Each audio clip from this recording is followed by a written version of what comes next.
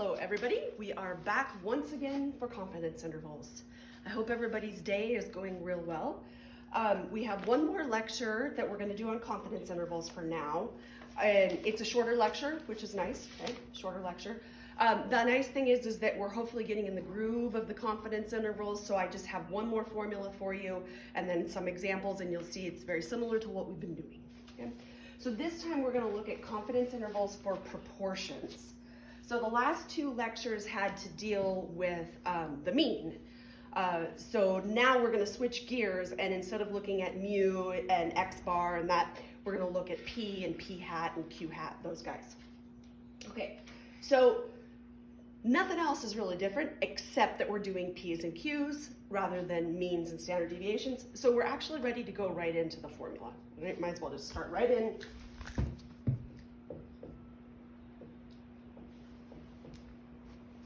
So the formula is going to have the same layout, but no means and standard deviations, all p's and q's here.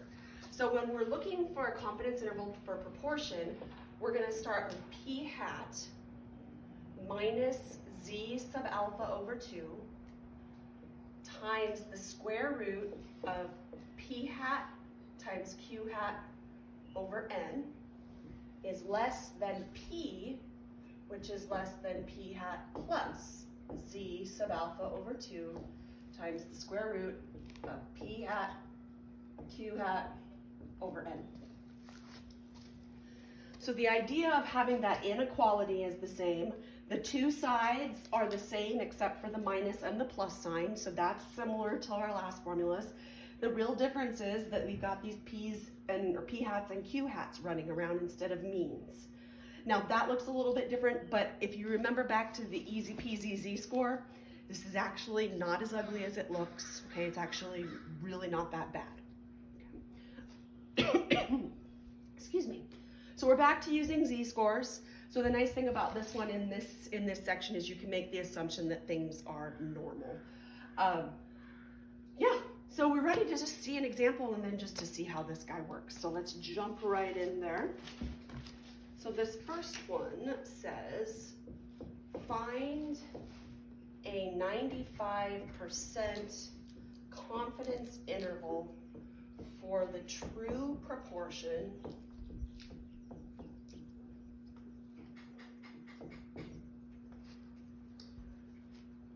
of chickens that lay eggs every day of the year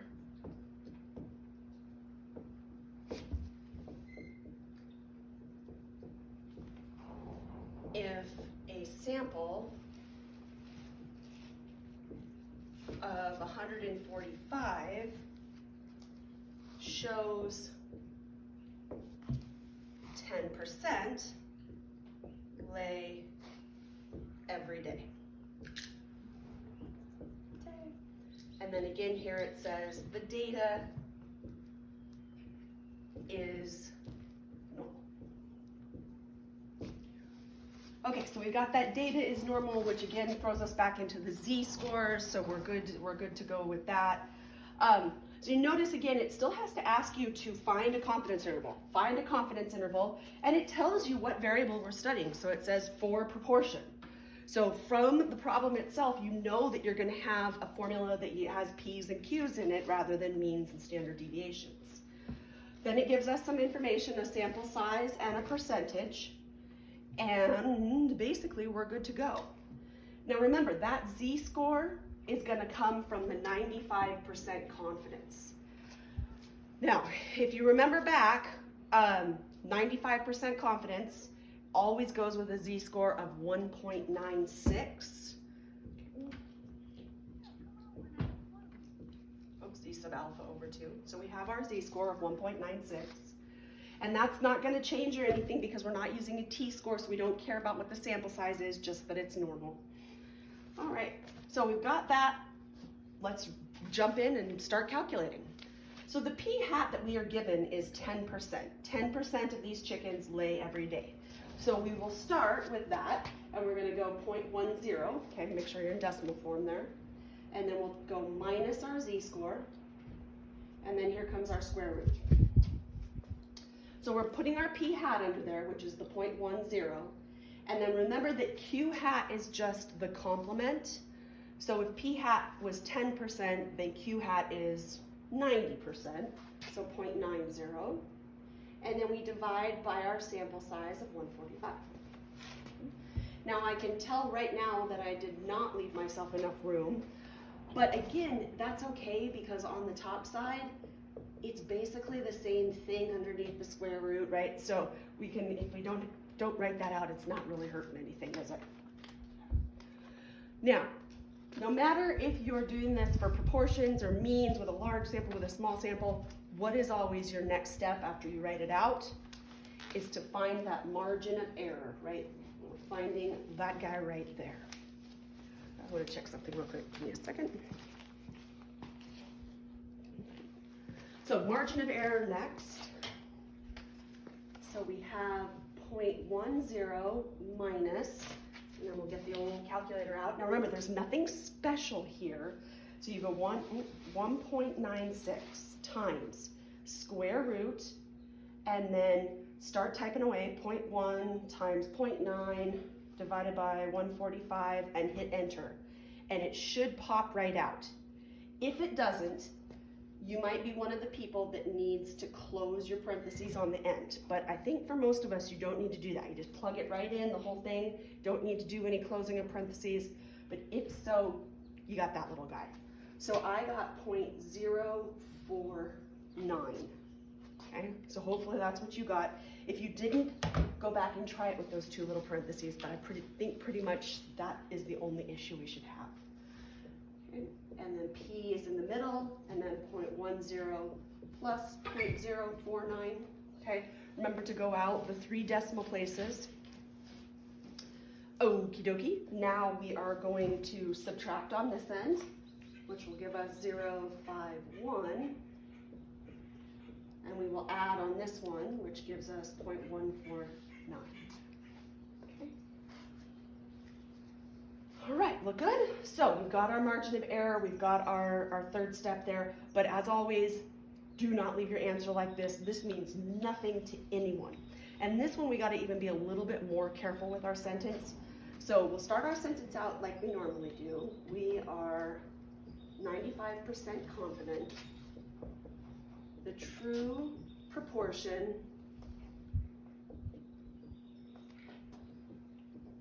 of chickens that lay each day is between, and here's where the little change is going to be. Decimal is great when we're doing math, right? But we do not want this in decimal form. When you give this to the public, they want it in percent form. So we are gonna say that it is between, and we'll change that to 5.1% and 14.9%. So 5.1 to 14.9%. And now that's something that any person anywhere, you could tell that sentence to anybody and they will have somewhat of an understanding. You might have to, oops, I forgot the confident part. Confident. You might have to describe what the confident means, but don't leave these in decimal form, always percent form, okay? All right, but otherwise it's really not that bad, right? Okay, let's see what we have on the next page here, another example. Here's my eraser.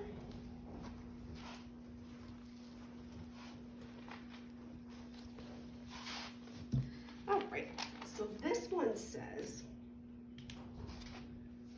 find a 99% confidence interval for the true proportion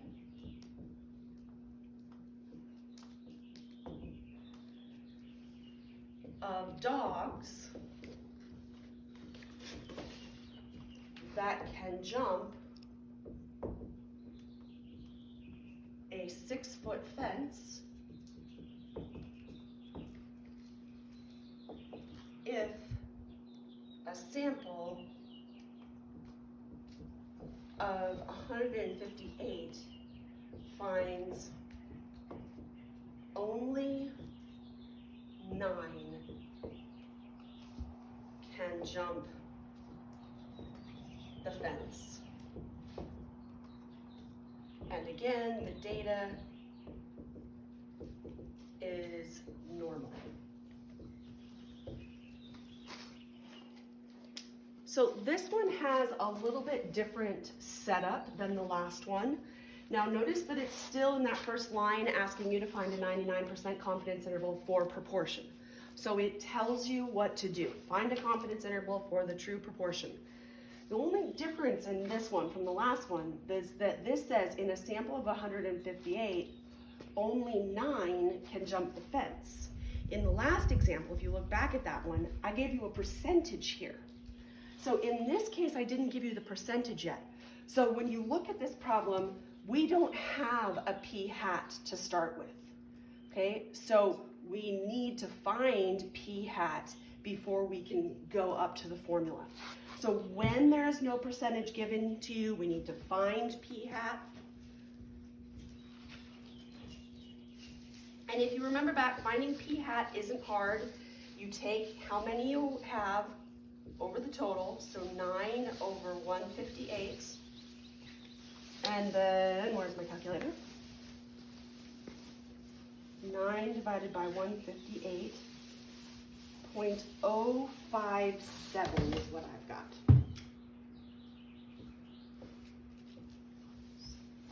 Okay, 0.057. So we had to create our p hat in order to start the problem. So again, if they give you the percentage, like our first example, then you're absolutely good to go. In this example, we had a little bit of pre-work that we had to do. Now we're ready to go for the confidence interval.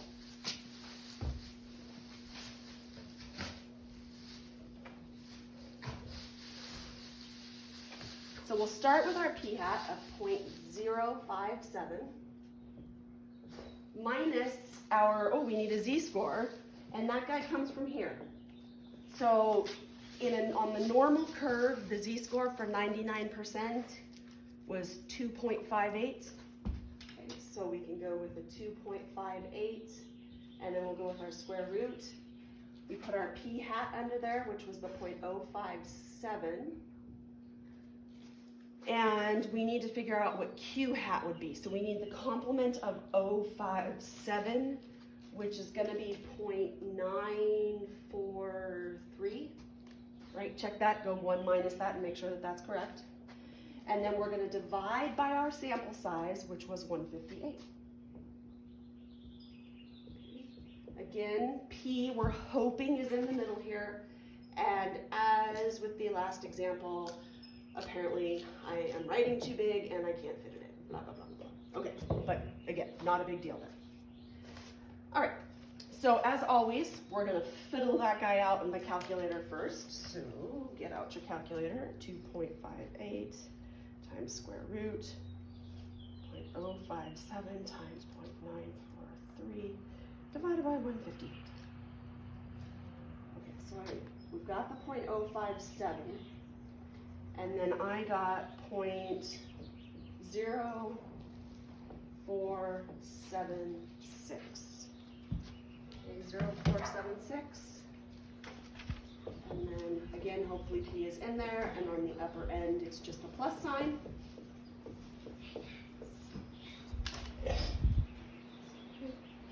And notice how I went out. I went to 3 decimals here, and I even went 1 further decimal here so that I'm being very precise in my percentages. And now we'll go ahead and do the subtraction. So on this end, if you subtract, we get 0.094, and when we add, we'll get 0.1046.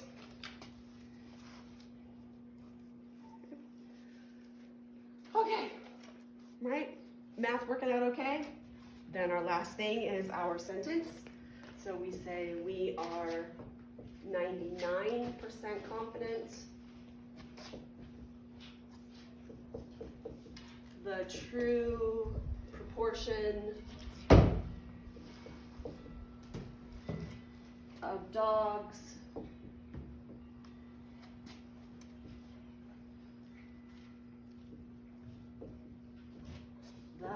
jump the 6-foot fence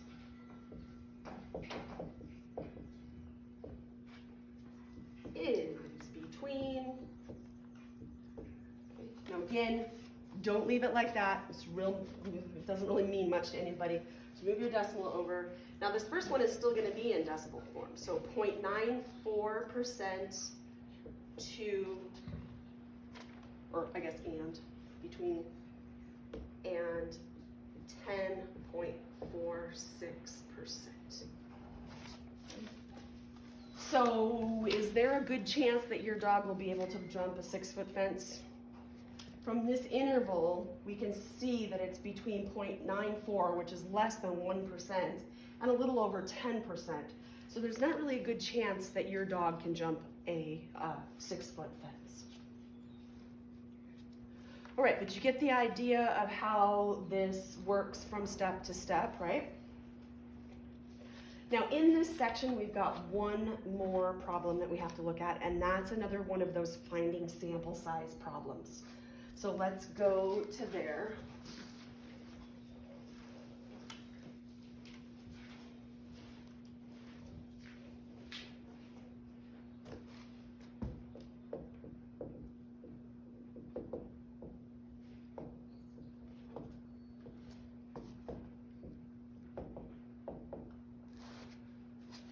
Okay, hold on one second. Ginger, what do you want?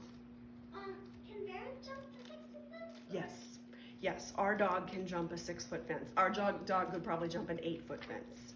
He's truly magnificent in that, which is where this example came from. Big doofus of a dog gets himself in trouble all the time. Okay, so finding sample size. So remember when we were talking about the mean, we said that sometimes someone might come to you and ask you to do a confidence interval, but they don't give you any of the particulars. So if you need to do a confidence interval, which means that you need to collect a sample, you need to know how many people you have to sample. So the first thing in that type of problem would be figuring out how large a sample you need, and that's what we're going to do here. Now the only difference is that this is for proportions, not for mean. So we had one formula 2 sections ago, now we've got another formula.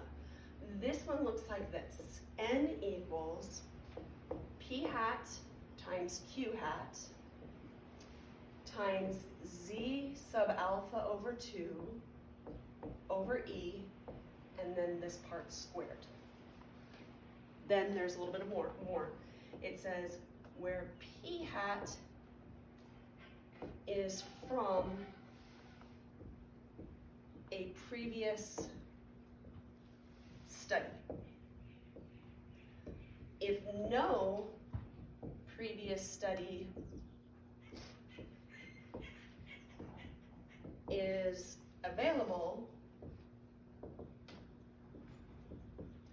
use P hat equal to 0.5.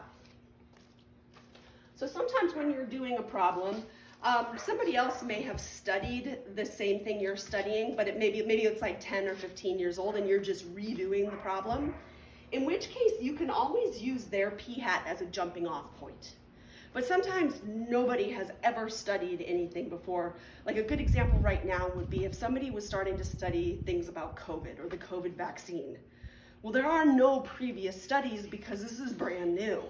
So you would have no previous P hat from last year or 2 years ago or 3 years ago. So you would have to rely on a P hat of 0.5. Okay, so again, if somebody has studied something, go ahead and use theirs as a jumping off point, otherwise use 0.5. And you'll see what I mean here in a second.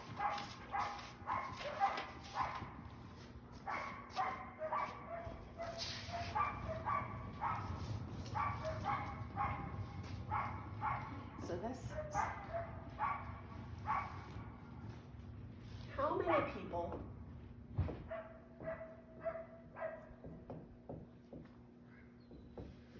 should we study, or sorry, should we sample to be within 3% of the true proportion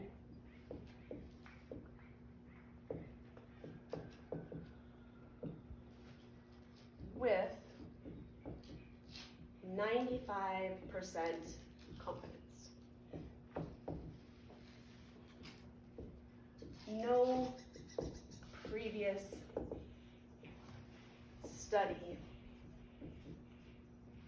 is available.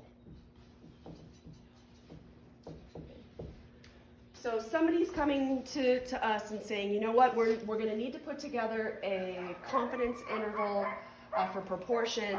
We need it to be within 3%, and we're going to need 95% confidence.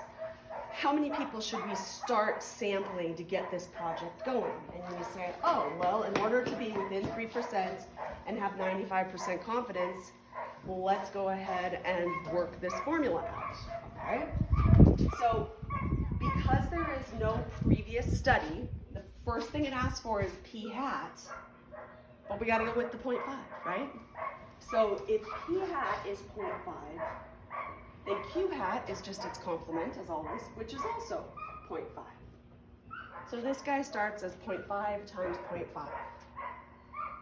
Then we need our z-score, and our z-score again comes from our confidence. So a 95% confidence gives us a z-score of 1.96. And then we're supposed to divide that by our margin of error. And remember, that's got to be given to you in the problem. So it said we need to be within 3%. So 3% is our margin of error. But just because it's in percent form there, how do we put it when we put it into a math formula? Do not put 3% or you're going to be in, or 3 because you're going to be really unhappy. We need to put 0.03, and then we need to square this. Okay, so parentheses, just like it says there, 0.5 times 0.5, parenthesis, 1.96 divided by 0.03, parenthesis square. Okay. I got 1,067.11111. Now, remember what we said, this is n. So we need to sample at least 1,067.1. Now, if you're going to sample that 0.1 of a person, you're going to sample the whole person, right? So this goes up to 1,068 people. All right, so there is an example without a previous study. But lo and behold, as I'm working through the problem, I actually find that there is a previous study. So, but I found a previous study.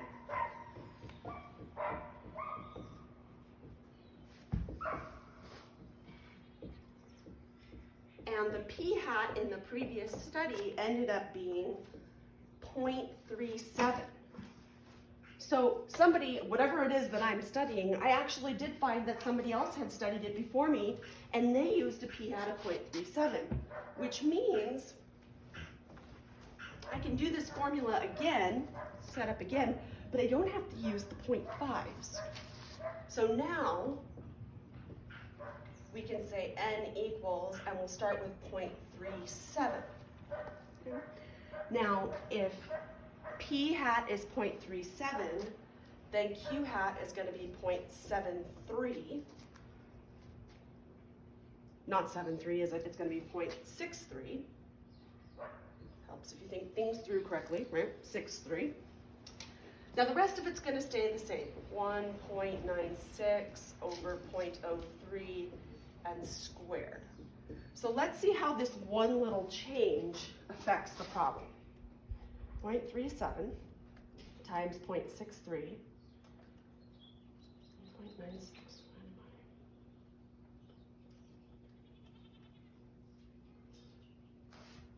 This time I got 994.9 blah blah blah, which means that we're going to go to 995.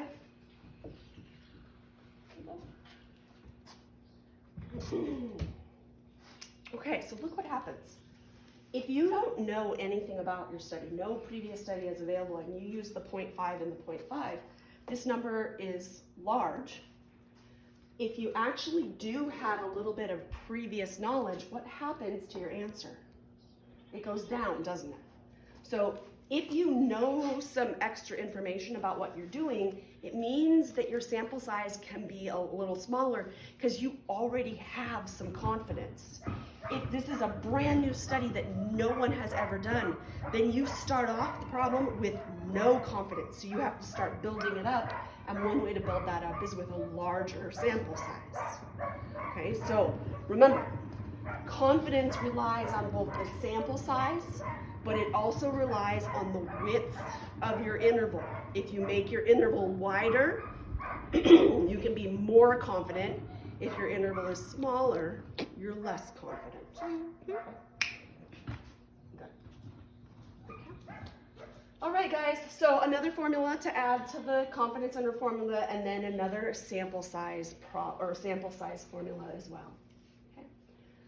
All righty, have fun with it. Bye. Bye.